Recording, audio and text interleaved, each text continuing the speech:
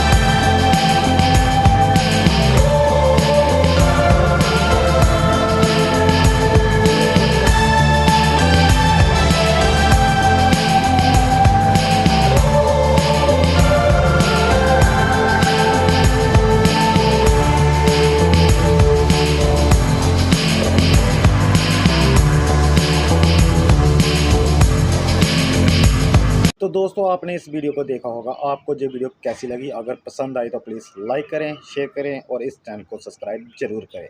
फिर मिलेंगे अगले वीडियो में, तब तक के लिए जय हिंद, जय भारत।